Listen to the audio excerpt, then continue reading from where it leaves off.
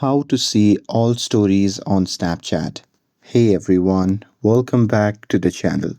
In today's video, I will show you how to see all stories on Snapchat.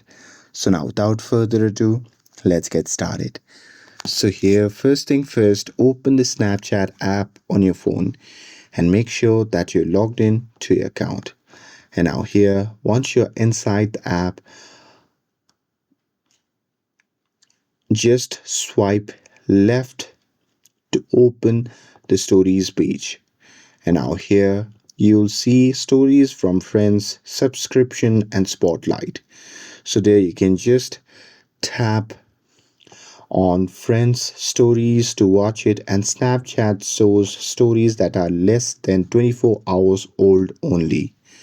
And with that, you can simply swipe up from the camera screen to open the memories as well. And there you'll see all your old stories saved in Snapchat. And you can even repost or save them from memories. And with that, you can even use the search icon at the top of the stories page and search for your friends or a public account to find stories that are still available.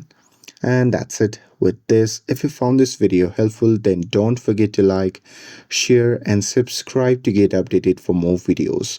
Thanks for watching, and I'll see you in the next video.